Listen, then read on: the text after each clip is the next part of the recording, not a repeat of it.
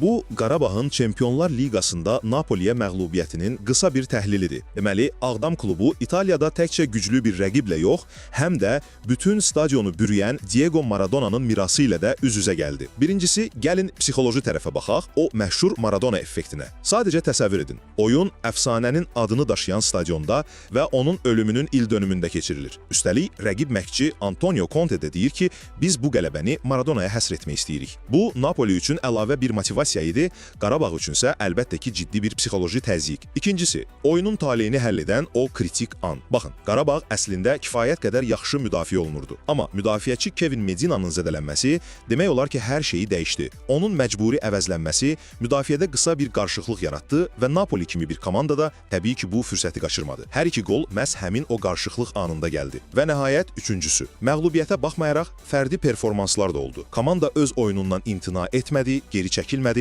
amma bir nəfəri mütləq qeyd etməliyik. Qapçı Mateusz Kochalski. O, sözün əsl mənasında möhtəşəm idi. Hətta penaltini belə dəf etdi. O qədər yaxşı idi ki, rəqib məşqçi Conte özü onun sevlərini inanılmaz adlandırdı. Yekun olaraq Qarabağın Neapoldakı məğlubiyyəti rəqibin tam üstünlüyündən daha çox bir neçə kritik anın və güclü emosional fonun nəticəsi oldu.